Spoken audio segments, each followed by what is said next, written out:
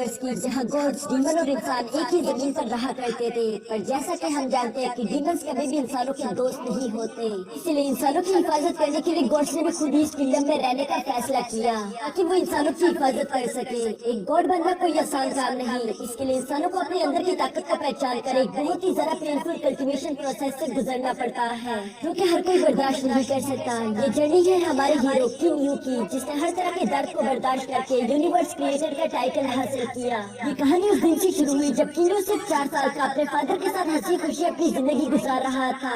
फिर अचानक वहाँ नो एल्डर्स आ जाता है जो कि किंग डाई को बताते हैं कि आपके बेटे का डेंडेरियन खराब है, वो कभी भी इंटरनल टेक्निक्स की प्रैक्टिस नहीं कर पाएगा।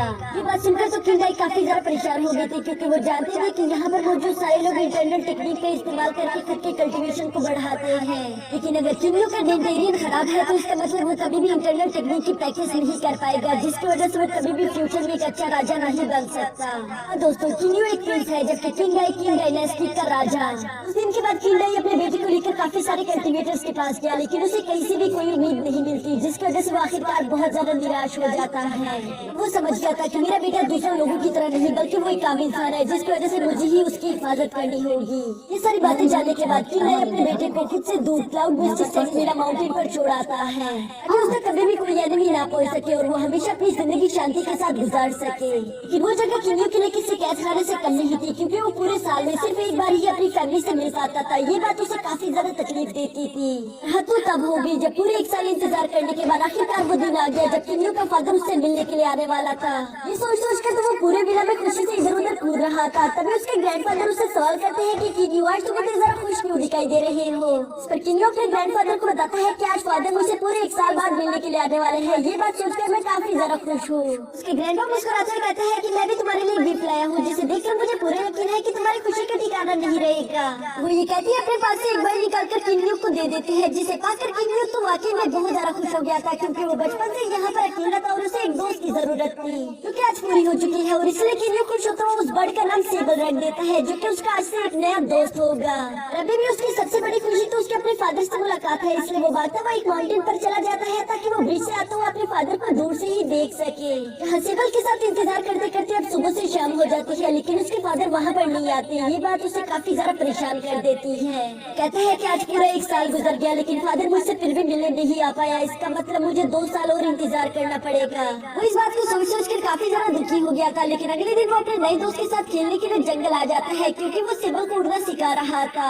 सेबल के लिए तो ये करना वाकई में काफी ज्यादा मुश्किल था, क्योंकि अभी तक उसके पंख बहुत ज्यादा छोटे थे। लेकिन तभी अचानक इन लोगों को किसी की आवाज सुनाई देती है, जिसे सुनते ही किंग यू फौरन से उस तरफ बढ़ना शुरू कर देता है। वो समझ गया था कि वहाँ जरूर कोई मुश्किल में है। जहाँ पहुँचते ही वो देखता है कि 2 बच्चों को एक ट्री वुल्फ खाने की कोशिश कर रहा था। उस डीमन वुल्फ को ये बच्चों का शिकार करता हुआ देखकर किंग यू बिना कुछ सोचे समझे फौरन से उस डीमन वुल्फ पर हमला कर देता है, जिसे टकराकर उसे दूर भगा दिया था। ऐसा सिर्फ उसे लगता है, असल में वहाँ पर मौजूद 3 असैसिन थे जो कि किंग यू की हिफाजत कर रहे थे। उन्होंने हिट करके उस डीमन वुल्फ को यहाँ से दूर भगाया था। किंग यू और वो 2 भाई बहन समझ रहे थे कि किंग यू बहुत ज्यादा स्ट्रॉन्ग है, इसलिए वो उसके नए दोस्त बन जाते हैं। जिसके बाद किंग यू भी उनके साथ उनके विलेज चला गया था, जहाँ पर ये तीनों मिलकर उस दिन को काफी अच्छे से एंजॉय करते हैं। जबकि किंग यू को तो बस इसी बात की खुशी हो रही थी कि आज से वो अकेला नहीं रहेगा। उसकी बेकार जिंदगी में आज का दिन काफी ज्यादा अच्छा था। तभी वहाँ पर किंग यू के अंकल भी आ जाते हैं, जो कि किंग यू को कहते हैं कि तुम्हारे भाई तुमसे मिलने के लिए आए हैं। ये सुनकर तो किंग यू काफी ज्यादा खुश हो गया था और वो भागता भागता सीधा अपने भाइयों से मिलने के लिए चला जाता है। इसके 2 बड़े भाई थे, जिनमें से बड़े का नाम था किन फेंग और छोटे का नाम था किन जेंग। वो किंग यू को काफी ज्यादा परेशान भी करते थे, लेकिन इसके बावजूद किंग यू अपने दोनों भाइयों से बहुत ज्यादा प्यार करता था, जबकि वो दोनों भाई भी किंग यू का हमेशा ख्याल रखते थे। दोनों ही इतने सारा बिजनेस शेड्यूल होने के बावजूद भी किंग यू से मिलने के लिए आए थे, जिस बात को लेकर किंग यू भी काफी ज्यादा खुश था। यहाँ वो दोनों किंग यू को बताते हैं कि असल में फादर डीमंस के साथ फाइट करने में काफी ज्यादा मसरूफ है, जबकि हम भी अपने फादर की मदद कर रहे हैं। यही वो वजह है जिसकी वजह से किंग डाई अपने बेटे से मिलने के लिए नहीं आ पाया, क्योंकि उसके कंधों पर बहुत बड़ी जिम्मेदारी है। कुछ भी करके डीमन से इंसानों की हिफाजत करनी होगी, जबकि किन फेंग और किन जेंग भी अपने फादर का साथ दे रहे हैं। इसलिए वो दोनों किंग यू से कहते हैं कि हमें माफ करना, हम यहाँ पर तुमसे मिलने के लिए आए हैं, हम तुम्हारे साथ रुकना भी भी चाहते हैं, लेकिन हम ऐसा नहीं कर सकते।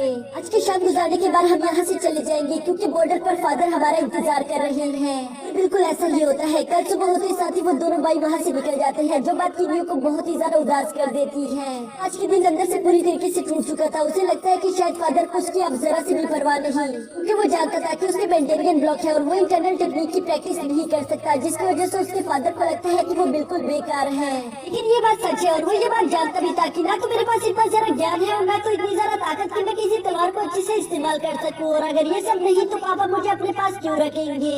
उसे अपनी प्रॉब्लम तो मालूम थी, लेकिन अपनी प्रॉब्लम का सोल्यूशन नहीं मालूम था। इसलिए वो अपने सामने एक टूटते हुए सितारे को देखकर विश करता है कि काश कोई ऐसा तरीका हो जिसके जरिए मैं अपने फादर का प्यार दोबारा से हासिल कर सकूं। और ये करते हुए अचानक से उसके दिमाग में एक आइडिया आता है। वो खुश होते हुए कहता है, क्या हुआ अगर मैं इंटरनल टेक्निक की प्रैक्टिस नहीं कर सकता, अब से मैं एक्सटर्नल टेक्निक की प्रैक्टिस करूंगा। और ये फैसला लेने के बाद वो भागता भागता सीधा अपने ग्रैंडफादर के पास चला जाता है, जहाँ वो उन्हें बताता है कि अब चाहे कुछ भी हो जाए मैं कल्टीवेशन करके इमोर्टल बनकर रहूंगा। ये बात सुनकर पहले तो उसके ग्रैंडफादर काफी ज्यादा हैरान हो गए थे। वो उसे याद दिलाते हैं कि क्या तुम भूल गए कि तुम्हारे डेंटेरियन ब्लॉक्स है, तुम ये नहीं कर सकते। किन्यू ने बताया है कि मैं एक्सटर्नल टेक्निक की प्रैक्टिस करूंगा जिसमें मेंडेलियन की कोई जरूरत नहीं होती, क्योंकि मेंडेलियन का काम होता है इंटरनल एनर्जी को स्टोर करना, जबकि मैं एनर्जी को अपने बाकी के बॉडी पार्ट्स में एब्सॉर्ब करने की कोशिश करूंगा। मेंडेलियंस का इसमें कोई लेना देना नहीं। ये सुनकर उसके ग्रैंडफादर कहते हैं कि हाँ तुम बिल्कुल ठीक कह रही हो, लेकिन क्या तुम जानती हो कि इंटरनल टेक्निक को प्रैक्टिस करना थोड़ा आसान है, जबकि एक्सटर्नल टेक्निक को प्रैक्टिस करना बिल्कुल इम्पॉसिबल जैसा है। तुम तो इमोर्टल बनने की बात कर रही हो, जबकि तुम जानते हो कि इमोर्टल बनने के लिए तुम्हें 3 स्टेजेस को पार करना होगा। स्टेज को पार करना कोई ज्यादा मुश्किल काम नहीं, क्योंकि उसमें सिर्फ कड़ी मेहनत की जरूरत पड़ेगी, जिसे यकीनन तुम कर भी लोगे क्योंकि तुम बहुत ज्यादा मेहनती हो। मसला तो तुम्हारे लिए सेकंड स्टेज को पार करना होगा, जिसे अब तक सिर्फ कुछ हजार लोग ही पार कर पाए हैं। और अगर मानो तुमने वो कर भी लिया था तुम इमोर्टल लेवल पर पहुंच जाओगे, लेकिन इमोर्टल लेवल को आज तक सिर्फ 3 ही लोग इस दुनिया में पार कर पाए हैं, जिसमें से तुम्हारा एक अंकल फ्रैंक यूजी भी है। ये सारी इन्फॉर्मेशन उसने किन्यू को तो दे दी थी, लेकिन साथ ही साथ वो यहाँ पर किन्यू को डिमोटिवेट नहीं करना चाहता था। इसलिए वो किन्यू को कहता है कि मैं जानता हूँ कि तुम कर सकते हो, वैसे भी कोशिश करने वालों की हार नहीं होती। अगर तुम्हारा इरादा पक्का है तो तुम एक दिन इमोर्टल बनकर अपने फादर के बहुत ज्यादा काम आ सकते हो। ये सुनकर तो किन्यू बहुत ज्यादा खुश हो गया था और इसलिए वो फैसला करता है कि अब चाहे जो भी हो जाए मैं हर हाल में एक इमोर्टल बनकर दिखाऊंगा। इसके बाद नेक्स्ट डे किन्यू के ग्रैंडफादर किंडाई को लेटर भिजवा देता है ताकि वो किन्यू के लिए कुछ मास्टर को यहाँ पर भेज सके, जो कि उसकी ट्रेनिंग में मदद कर पाएंगे। लेटर मिलने के बाद किंडाई को यकीन नहीं था कि उसका बेटा ऐसा कर सकता है, लेकिन इसके बावजूद भी वो अपनी बेटी को निराश नहीं करना चाहता था, जिसकी वजह से वो अपने किंगडम में से 10 बेहतरीन मास्टर को किन्यू की मदद करने के लिए भेज देते हैं। किन्यू अपने सामने इस तरह से 10 मास्टर्स को एक साथ देखकर काफी ज्यादा उलझ गया था। उसे समझ नहीं आ रहा था कि आखिर मुझे किस मास्टर से ट्रेनिंग लेनी चाहिए, क्योंकि वो 10 के 10 मास्टर से एक वक्त पर नहीं सीख सकता। किन्यू को इतना जरा उलझा को देखकर उसके ग्रैंडफादर कहते हैं मैं ये तुम्हारे लिए आसान कर देता हूँ। वो उन सारे 10 के 10 मास्टर से कहते हैं कि आप थोड़ा सा अपने आर्ट्स का नमूना दिखा दीजिए, जिसकी वजह से किन्यू को सिलेक्शन करने में आसानी हो जाएगी। और वहाँ पर मौजूद सारे मास्टर बिल्कुल ऐसे ही करना शुरू कर देते हैं। सब लोगों के आर्ट्स टेक्निक देखने के बाद किन्यू वहाँ पर मौजूद मास्टर ली को चूज कर लेता है, क्योंकि वो बहुत ही ज्यादा शांत दिखाई दे रहे थे। पता नहीं क्यों पर किन्यू को ऐसा महसूस हुआ कि शायद मुझे मास्टर ली को ही चूज करना चाहिए, क्योंकि वो इन सब में से ज्यादा बेहतरीन है। यहाँ किन्यू ने तो अपने लिए मास्टर चूज कर लिया था। साथ ही साथ उसके ग्रैंडफादर उसे एक ट्रेजरी बॉक्स दे देते हैं, जिसमें बहुत तरह के स्क्रॉल पड़े हैं, जिससे ये सीखा जा सकता है कि कैसे आप अपना मेंडेलियन को अनब्लॉक कर सकते हैं। किन्यू उन स्क्रॉल्स को पाकर काफी ज्यादा खुश था, जिनकी मदद से वो बैठकर कल्टीवेशन भी करता है, लेकिन वो चाहे जितनी मर्जी कोशिश कर लेता वो कभी भी अपने मेंडेलियन में एनर्जी को स्टोर नहीं कर पा रहा था। उसे पूरी रात कल्टीवेशन करने के बावजूद भी सिर्फ नाकामी का सामना करना पड़ता है। नेक्स्ट डे हम देखते हैं कि किन्यू अपने मास्टर से ट्रेनिंग लेने के लिए बड़ी तेजी के साथ ग्राउंड की तरफ भागता हुआ जा रहा था। काफी सीढ़ियां चढ़ने के बाद आखिरकार जब वो ग्राउंड तक पहुंचता है तो वो देखता है कि वो कुछ मिनट लेट हो चुका था, जिसकी वजह से उसके मास्टर काफी ज्यादा गुस्सा हो गए थे। वो उसे पनिशमेंट के तौर पर पूरे विले का राउंड लगाने के लिए कहते हैं। विला काफी ज्यादा बड़ा था, लेकिन इसके बावजूद भी किन्यू हार नहीं मानता, बल्कि वो लगातार भागता भागता आखिरकार उस राउंड को कंप्लीट कर ही लेता है। इससे पहले कि किन्यू इतना ज्यादा भागने के बाद थोड़ा सा भी आराम कर पाता तभी मास्टर ली उसके सामने आ जाता है, जो कि उससे कहते हैं कि चलो दोबारा से मुझे ग्राउंड में मिलो। ये सुनने के बाद तो किन्यू की हालत बहुत ज्यादा खराब हो चुकी थी, क्योंकि वो जानता था कि ग्राउंड यहाँ से काफी ज्यादा दूर है, लेकिन इसके बावजूद भी वो दोबारा से भागना शुरू कर देता है। असली भी उसके साथ ये सब सिर्फ उसे परेशान करने के लिए नहीं कर रहे थे, बल्कि वो जानते थे कि किन्यू काफी ज्यादा स्लो है, वो बस उसकी स्पीड को बढ़ाना चाहते थे। इसी तरह करते करते पूरा 1 महीना गुजर जाता है, जहाँ किन्यू की हालत काफी ज्यादा खराब दिखाई दे रही थी, लेकिन उसके मास्टर उसे कहते हैं कि ये तो बस सिर्फ शुरुआत है। मेरी मार्शल आर्ट टेक्निक का नाम ही एक्सट्रीम ट्रेनिंग है, जिसकी मदद से हम अपने बॉडी से एक्सट्रीम लेवल तक ट्रेनिंग करवाते हैं और इसी वजह से हमारी बॉडी काफी ज्यादा मजबूत हो जाती है। लेकिन अगर तुम चाहो तो तुम अभी भी हार मान सकती हो, तुम बस बोल दो मैं यहाँ से चला जाऊंगा। लेकिन किन्यू अपने फादर के बारे में सोचकर साफ साफ इनकार कर देता है। वो कहता है कि चाहे कुछ भी हो जाए मुझे हर हाल में इमोर्टल बनकर दिखाना है। और ये कहने के बाद वो उस ट्रेनिंग को अपनी जरा शिद्दत के साथ शुरू कर देता है। मास्टर में उसके ये लगाव देखकर काफी ज्यादा इंप्रेस हो गए थे, लेकिन वो ये बात कभी भी किन्यू को नहीं बताते। बस वो उसके सामने हमेशा स्टिक होने का दिखावा करते रहते थे, जबकि अंदर ही अंदर वो उसके लिए काफी ज्यादा अच्छा फील करते थे। वो अगले एक साल तक लगातार किन्यू को हार्ड से हार्ड ट्रेनिंग करवाते हैं, जिसमें उसके माइंड ट्रेनिंग, हैंड ट्रेनिंग और बहुत सारे फिजिकल ट्रेनिंग करवाए जाते हैं। ट्रेनिंग को करने की वजह से किन्यू अपने फिजिकल बैरियर्स को ब्रेक थ्रू कर पा रहा था। वो अब पहले से काफी ज्यादा स्ट्रॉन्ग और फास्ट हो चुका था। ये बात किन्यू को भी धीरे धीरे अच्छे से महसूस हो रही थी, लेकिन अब ऐसा करते करते पूरा साल कंप्लीट हो जाता है, यानी कि मास्टर ली के जाने का वक्त आ चुका था। किन्यू वहाँ से मास्टर ली को जाता हुआ देखकर काफी ज्यादा निराश हो गया था, लेकिन मास्टर ली उसे समझाते हुए कहते हैं कि मेरा काम तो सिर्फ तुम्हें रास्ता दिखा रहा, क्योंकि मैंने तुम्हें दिखा भी दिया है। अब तुम्हारा फर्ज बनता है कि तुम उस रास्ते पर चलते हुए खुद को ज्यादा से ज्यादा स्ट्रॉन्ग करो। मास्टर ली की ये सारी बातें सुनने के बाद किन्यू काफी ज्यादा इमोशनल होकर अपने मास्टर को गुड बाय कहता है, साथ ही साथ कहता है कि मास्टर मैं कभी भी आपका सर शर्म से झुकने नहीं दूंगा। यानी कि उसने साल से साल ट्रेनिंग का फैसला कर लिया था। ये सुनकर उसके मास्टर काफी ज्यादा खुश हो गए थे और वो सीधा किन्यू के फादर के पास आ जाते हैं। वो किन्यू के फादर को उसकी सारी सिचुएशन बताते हैं कि वो बहुत अच्छा कर रहा है, जबकि साथ ही साथ वो ये भी बताते हैं कि किन्यू बहुत ज्यादा मेहनती है। उसके फादर अपने बेटे के लिए तारीफें सुनकर काफी ज्यादा खुश हो गए थे। साथ ही साथ वो यहाँ पर मास्टर ली से सवाल करते हैं कि मेरे बेटे को एक्सटर्नल टेक्निक को सीखने में कितने टाइम लगेगा। मास्टर ली का दिया हुआ जवाब उन्हें बिल्कुल भी अच्छा नहीं लगता, क्योंकि मास्टर ली उन्हें बताते हैं कि इसे सीखने में कम से कम 36 साल लगते हैं, क्योंकि इंटरनल टेक्निक की वजह से हम एनर्जी को स्टोर करके अपनी कल्टीवेशन बहुत ही आसानी के साथ कर सकते हैं, जबकि एक्सटर्नल टेक्निक बहुत ही ज्यादा डिफिकल्ट होता है। ये बात सुनकर तो किंग काफी ज्यादा परेशान हो गए थे, क्योंकि वो अपने बेटे को अपने पास लाना चाहते थे, लेकिन वो चाहकर भी ऐसा नहीं कर सकते। कि दूसरी तरफ हम किन्यू को देखते हैं कि वो पहले से बहुत ज्यादा स्ट्रॉन्ग ट्रेनिंग कर रहा था, लेकिन धीरे धीरे उसे एहसास होता है कि अब ये ट्रेनिंग उसकी कुछ ज्यादा काम नहीं आ रही है। उसकी बॉडी बेशक धीरे धीरे स्ट्रॉन्ग हो रही है, लेकिन वो नोट करता है कि उसकी स्पीड अभी भी बहुत ज्यादा कम है। उसे कुछ भी करके अपनी स्पीड पर काम करना होगा। तो इसी सवाल का जवाब हासिल करने के लिए वो अपने ग्रैंडफादर के दिए हुए स्क्रोल्स को पढ़ने की कोशिश करता है, जिसमें से उसे मालूम होता है कि स्पीड को हासिल करने के लिए आपको इंटरनल एनर्जी की जरूरत पड़ेगी। ये बात सुनने के लिए वो थोड़ी देर के लिए परेशान हो गया था, लेकिन वो फिर बैठ कर कल्टीवेशन करना शुरू कर देता है, ताकि वो इंटरनल एनर्जी को स्टोर करके अपनी बॉडी में जमा कर सके। ये करते हुए वो अपनी पूरी कोशिश कर रहा था, लेकिन जैसे कि हम जानते हैं कि किन्यू के मेंडेरियन ब्लॉक्स है, इसलिए वो एनर्जी को अपनी इंटरनल बॉडी में स्टोर नहीं कर पा रहा था और वो इसमें नाकाम हो जाता है। यहाँ उसे एक बहुत बड़ी चौंका देने वाली खबर देखने को मिलती है, क्योंकि अब उसकी बॉडी पहले से काफी ज्यादा स्ट्रॉन्ग हो चुकी है, तो इसलिए उसकी बॉडी अब एनर्जी को स्टोर कर पा रही थी। बेशक उसके मेंडेरियन ब्लॉक थे, लेकिन उसके बोन्स थोड़ी बहुत एनर्जी को स्टोर कर सकती है, जो कि उसके लिए काफी ज्यादा बेनिफिशियल होगा। इसी टेक्निक पर और ज्यादा ध्यान देते हुए एनर्जी को बोन में स्टोर करते हुए साथ ही साथ उसने अपनी बॉडी पर कुछ हैवी वेट भी लगा दिया था, ताकि वो अपनी स्पीड को ज्यादा से ज्यादा बढ़ा सके। इस टेक्निक में अगले 3 साल लगा देने के बावजूद भी वो नोट करता है कि वो अपनी बॉडी में इतनी ज्यादा एनर्जी स्टोर नहीं कर पा रहा कि वो उसकी वजह से लाइट ऑफ स्पीड को हासिल कर सके। इसी बात से सोचकर परेशान हो ही रहा था कि तभी वो अपने पास कुछ फ्लावर पीटर्स को देखता है, जिनको देखकर वो कहता है कि इनमें भी तो कोई इंटरनल एनर्जी नहीं, आखिर ये हवा में फ्लोट कैसे कर पा रही है। अगर ये हवा में फ्लोट कर सकती है तो मैं भी इंटरनल एनर्जी के बगैर हवा में फ्लोट कर सकता हूँ। बस मुझे इसके लिए सिर्फ हवा के बहाव को समझना होगा, ताकि मैं उसकी बारीकी में जाकर उसे बहुत अच्छे से कंट्रोल कर सकूं।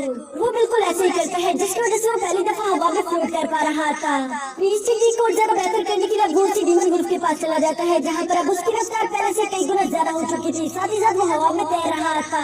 कमाल की टेक्निक देखकर वो उसे शैडो डांसिंग का नेम देता है, क्योंकि इसकी वजह से उसने लाइट ऑफ स्पीड को अचीव कर लिया था। यहाँ किन्यू की रफ्तार बहुत ज्यादा हाई हो चुकी थी, इतनी ज्यादा कि अब उसके असिस्टेंट भी उसे फॉलो नहीं कर पा रहे थे, और अगर वो उसे फॉलो नहीं कर सकते तो वो उसकी हिफाजत कैसे करेंगे। इसलिए वो उसके ग्रैंडफादर को बताते हैं कि अब हमारी यहाँ पर कोई जरूरत नहीं है, और वो ये कहने के बाद वापस अपने किंगडम आ चुके थे। जब ये बात किंग को मालूम होती है तो वो अपने बेटे पर काफी ज्यादा प्राउड महसूस कर रहा था। दूसरी तरफ हम किन्यू को देखते हैं, जो कि अपनी ट्रेनिंग के लिए कुछ स्टैचू वॉरियर्स के साथ फाइट कर रहा था। इस फाइट के दौरान उसे महसूस होता है कि शायद मुझे भी अपने पास एक स्पेशल वेपन रखना चाहिए, लेकिन कौन सा वेपन वो इसके बारे में सोच नहीं पा रहा था, और इसलिए वो अपने ग्रैंडफादर के दिए हुए स्क्रोल्स में इस बात की तलाश करना शुरू कर देता है। वहाँ उसे बहुत ही ज्यादा खतरनाक असरसन काई के बारे में जानने को मिलता है। वो असरसन इतना ज्यादा खतरनाक था कि उसके सामने से तलवारबाजी में उसका कोई मुकाबला नहीं। उसकी टेक्निक्स देखकर किन्यू काफी ज्यादा इंप्रेस हो गया था। वो उसके बारे में और जानना चाहता था, लेकिन वो टॉप सीक्रेट था, इसलिए वो उसके बारे में ज्यादा जान नहीं पा रहा था। कि तभी अचानक वो एक सीक्रेट सील को ब्रेक कर देता है, जिसकी वजह से उसे असरसन काई का होलोग्राम निकलकर उस स्क्रोल से बाहर आ गया था। सबसे पहले वो किन्यू को वार्न करता है कि ये टेक्निक बहुत ज्यादा खतरनाक खतरनाक है। लेकिन अगर तुम यहाँ तक आए हो तो तुम इस टेक्निक को जरूर सीखना चाहते हो और इसके बाद वो किन्यू को वो टेक्निक सिखाना शुरू कर देता है। इसके साथ ही साथ वो यहाँ पर किन्यू को ये भी बताता है कि मैं एक असैसिन हूँ जहाँ हमें बचपन से मर्डर करने की ट्रेनिंग दी जाती है। हमारा बस एक ही काम होता है, अपने टारगेट को ढूंढकर खत्म कर डालो और इसके लिए हमें बचपन से ही बहुत सारे खून करने पड़ते हैं। इसलिए हम किन्यू को देखते हैं जो कि असैसिन काई की टेक्निक की प्रैक्टिस करने के लिए कुछ ही सेकंडों के अंदर अपनी लाइट स्पीड को एक्टिवेट करते हुए एक छोटे डैगर की मदद से बहुत सारे वॉरियर्स को घायल कर देता है। लेकिन ये सब करते वक्त उसका डैगर इतना ज्यादा मजबूत नहीं था, वो बीच में ही टूट जाता है, जिसकी वजह से उसे समझ आ गया था कि मुझे एक मजबूत डैगर की जरूरत पड़ेगी।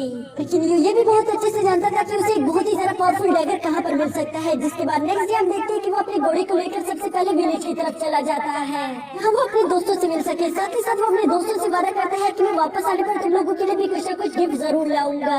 ये कहने के बाद सीधा किन्यू अपने किंगडम की स्टोरी ढूंढकर चला गया था, जहाँ पर सेनापति किन्यू को एक ऐसा डैगर दिखाता है जिसको कभी भी कोई नहीं तोड़ सकता।